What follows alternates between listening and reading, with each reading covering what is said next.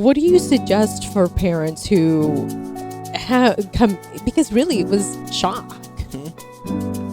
And then fortunately I have a very grounded husband, right? Who said, no, Cynthia, we're going back. Yeah. And me, even though I was having my adult temper tantrum and going, I really don't want to. Right. I listened, right? Mhm. Because I love my husband. Mm-hmm. And forgive me, the shit hit the fan. Mm-hmm. And she tells us, we need to see you. Yeah. For me, it was like, I don't want to really accept this. And now I really have to.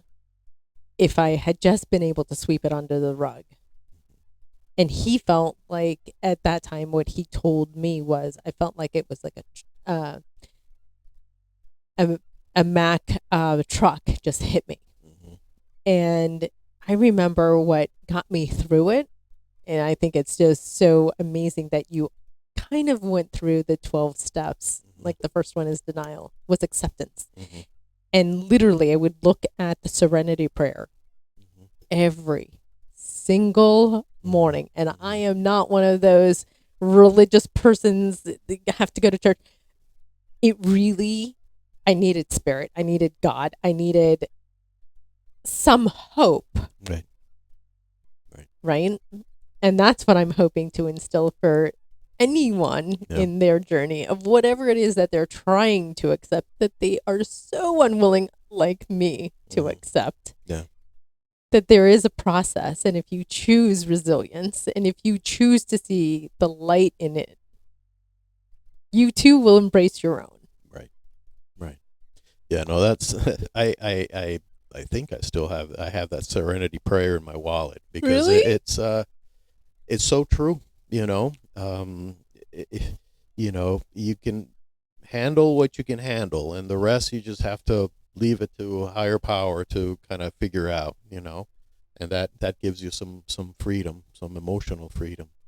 But yeah, I think with pediatric cardiology, with a severe, because most of what a pediatric cardiologist sees, especially in the outpatient setting, which is a nice thing, is that it's nothing. Heart murmurs usually are just normal sounds. Chest pains are usually muscular. It's not the heart. I mean, we're in pediatric cardiology, we're dealing with a 2025 Porsche. You just need a tune up here and there, and that's it. Adult medicine, it's a 55 Chevy, and the parts are not there. There's very little you can do. But yeah, so that's a nice thing of what I do, is that most of the news are good, and they're people are relieved. But in the cases where it's not, you kind of know that that there's going to be resistance. And it's funny because people respond to stress and fear in so many different ways. Some become very angry and vociferous and complain and yell, and others become very passive, and then all the whole gamut in between. And I remember telling my girls in the office, I said, listen, don't take, if anybody becomes belligerent or obnoxious, or don't take it personally. Very few people are told they need to see the pediatric cardiologist. So they come here so scared that they're just, they're not themselves. So yeah, it's sort of like a known, it's a normal reaction. Everybody, because it's trauma. It's trauma, and you want your life to continue to be normal, and like they say, you want to make God smile, tell him your plans. Nothing is etched in stone. So that is something that I kind of anticipate will happen when I give bad news. But then I like to temper the bad news with the hope, because hope will accelerate the acceptance process.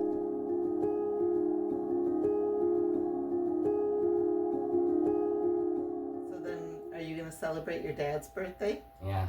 The pizza shopping, something like that, and have a cake. So I don't have any of that's bacon maybe think, and fun drink. So something like that. Do you do karaoke on his birthday? No.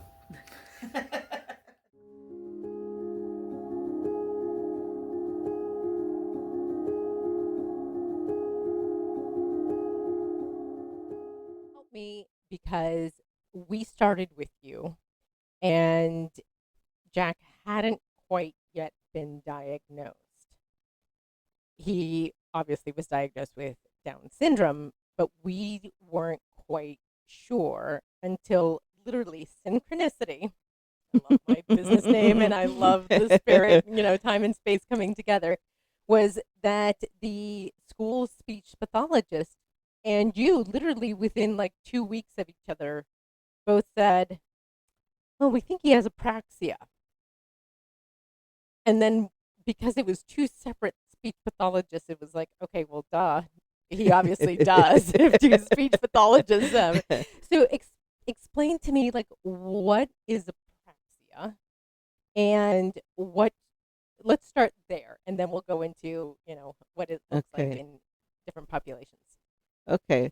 For me, apraxia is difficulty with the coordination, like the brain musculature, coordination, making your tongue move the way it's supposed to for speech, the way that lip coordination, the jaw height. It really impacts the child's ability to connect from here to form those speech sounds. For instance, one day a kid might be able to say a word, and you're like, wow, he's got it now. And, oh, he can't repeat it again. So there's a lot of regression with it. It's not regression. It's just some days they're able to do something, and another day they're not. But you'll see a lot of difficulties with that motor coordination and the learning of that sequencing of the movements of all the articulators. So is it more about like the brain not communicating to the muscles? Is that my understanding, or is it like, that's how I see it. Okay. Would that be because of a stroke? Would that be because of blood flow? Is it all different in every individual? I think it has a multitude of causals. Some things can be related to diagnoses. Kids with cerebral palsy, kids with Down syndrome, sometimes kids with autism. We see the motor sequencing problems in greater frequency. But I have seen children with aphasia, with strokes, with different things that have also caused, and in elderly populations, the same kind of not knowing how to form and how to get those sounds back. So is childhood speech of apraxia, is that how it's said, Mm-hmm. different than like an older population apraxia? Or is it still the same and it's just one is, in childhood and one is in the elderly population? I see childhood apraxia of speech being one particular thing, and speech after stroke being another motor Okay. coordination difficulty.